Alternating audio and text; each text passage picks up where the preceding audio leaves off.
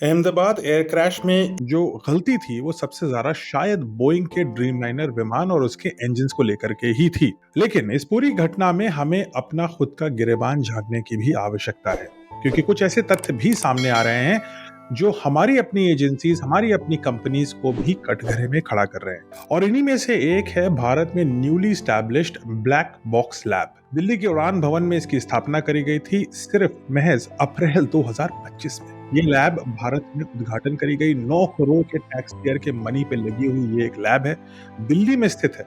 लेकिन जैसे ही air India विमान का ब्लैक बॉक्स रिकवर करके अहमदाबाद से इस लैब में पहुंचाया जाता है, ये लैब पूरी तरीके से फेल हो जाती है उस ब्लैक बॉक्स से कुछ भी डेटा रिकवर करने के लिए। और ऐसी ऐसी बातें कही जाती हैं कि ब्लैक बॉक्स क्षतिग्रस्त है, डैमेज है। अरे भाई, ब्लैक बॉक्स है, वो उसका काम ही है कि अगर एक हवाई जहाज तेजी से एक पहाड़ में भी घुस जाए तो भी black box is the equipment जो डैमेज नहीं होना चाहिए।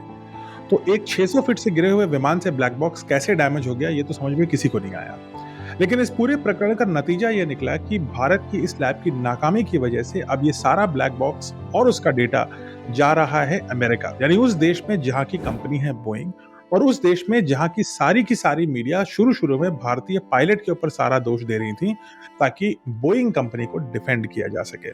अब सच क्या है ये ना मुझे पता है ना आपको पता है, ये तो ब्लैक बॉक्स में कैद है। लेकिन इस ब्लैक बॉक्स की चाबी अमेरिका के पास है।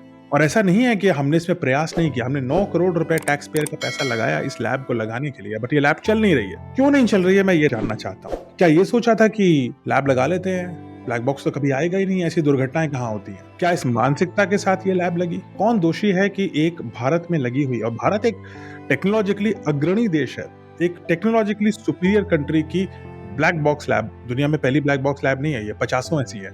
एक ब्लैक बॉक्स लैब हम लगाते हैं 9 करोड़ में, और 2 महीने बाद जब उसकी जरूरत पड़ती है तो वो चलना बंद हो जाती है। मैं जानना चाहता हूँ इसका क्या उत्तर है, और मैं जानना चाहता हूँ कि इसके लिए कौन जिम्मेदार है। और अगर ये जो डेटा अमेरिका जा रहा है, जिसको बोइंग कंपनी के पास अब एक्सेस होगा, अगर ये डेटा मैनिपुलेट होता है तो हमारे पास कोई तरीका नहीं है ये पता करने का कि क्या हुआ।